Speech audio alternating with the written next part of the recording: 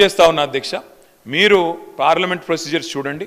పార్లమెంట్లో ఉత్తమ్ కుమార్ రెడ్డి గారిని అడగండి, లేదా అక్కడ పనిచేసిన వెంకటరెడ్డి గారిని అడగండి, ప్రభాకర్ రెడ్డి గారిని అడగండి, ఇతర సభ్యులను కూడా అడగండి. అక్కడ రేవంత్ రెడ్డి గారు కూడా పార్లమెంట్ సభ్యుడిగా పనిచేస్తున్నారు, వారికి కూడా తెలుసు.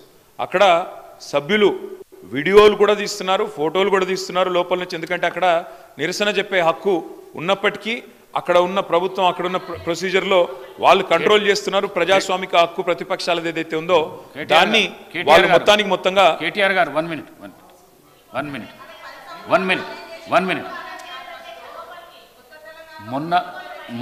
మొన్న హాల్లో తీసిన వీడియో ఏదైతున్నదో మీకు మేము పంపిస్తాము.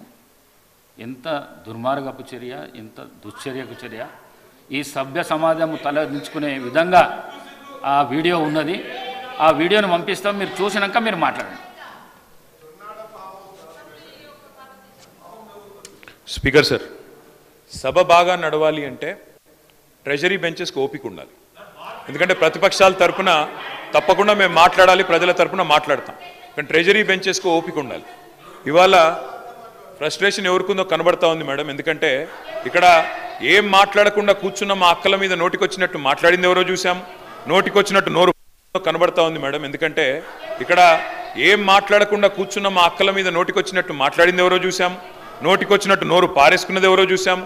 ఆ తర్వాత కూడా మేము ఇక్కడ నుంచి పోయిన తర్వాత కూడా నోటికొచ్చినట్టు మళ్ళీ దూషించింది ఎవరో చూసాము. ముందేమో అక్కలు ముంచుతారన్నారు, ఆ తర్వాతనేమో అక్కలను మేము ముంచుతామని మాట్లాడింది. 5 నిమిషాల్లో ఊసర వెళ్ళి రంగులు మార్చింది. మినిస్టర్ గారు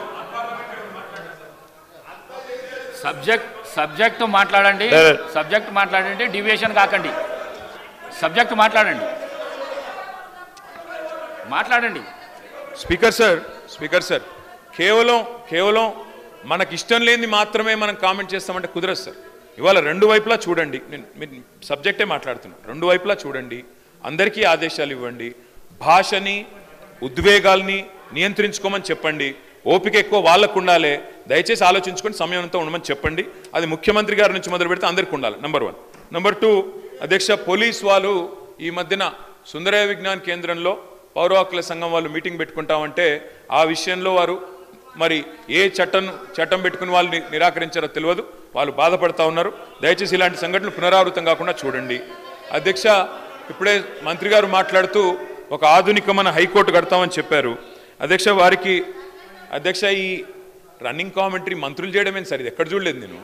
అధ్యక్ష, ఇంకొక మాట అధ్యక్ష, హైకోర్టు భవనం ఆధునికంగా కడతామన్నారు. We welcome it. కాకపోతే అధ్యక్ష, ప్రొఫెసర్ జయశంకర్ వ్యవసాయ విశ్వవిద్యాలయ విద్యార్థులు ఒకరోజు కాదు అధ్యక్ష, దాదాపు 100 రోజులు తమ వ్యవసాయ విశ్వవిద్యాలయ భూములు తీసుకోవద్దు, మా భూముల్లో కాకుండా ఇంకెక్కడైనా కట్టండి హైకోర్టు అని చెప్పి వారు ఆందోళన కూడా చేశారు. నేను రాష్ట్ర ప్రభుత్వ దృష్టికి తీసుకొని వస్తా ఉన్నా. వ్యవసాయ విశ్వవిద్యాలయంలో జరగాల్సింది పరిశోధనలు, వ్యవసాయ విశ్వవిద్యాలయంలో జరగాల్సింది సాంకేతికపరమైన ఆలోచనలు. దానికి భూమి కూడా అవసరం సార్, ఎందుకంటే అక్కడ ఫీల్డ్ ఎక్స్పెరిమెంట్స్ చేయాలి.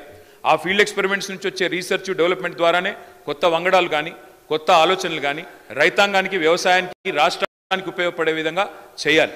కాబట్టి దయచేసి నేను ప్రభుత్వానికి కోరేది, వ్యవసాయ విశ్వవిద్యాలయ భూమి తీసుకొని హైకోర్టులో 100 ఎకరాలు కేటాయిస్తామనే ఆలోచన ఏదైతే ఉందో దయచేసి దాన్ని విరమించుకోండి. అక్కడ విద్యార్థులు ఆందోళన చేస్తూ ఉన్నారు, అక్కడి శాస్త్రవేత్తలు ఆందోళన చేస్తూ ఉన్నారు, అక్కడి యూనివర్సిటీ ప్రొఫెసర్లు ఆందోళన చేస్తూ ఉన్నారు. అక్కడి వారందరూ కూడా ఆందోళన చేస్తున్న నేపథ్యంలో ప్రొఫెసర్ జయశంకర్ వ్యవసాయ విశ్వవిద్యాలయ విద్యార్థుల ఆందోళనను దృష్టిలో పెట్టుకొని వారు విరమించుకోవాలా ప్రతిపాదన మరో చోట హైకోర్టు ప్రతిపాదించాలని కోరుతాం. మినిస్టర్ గారు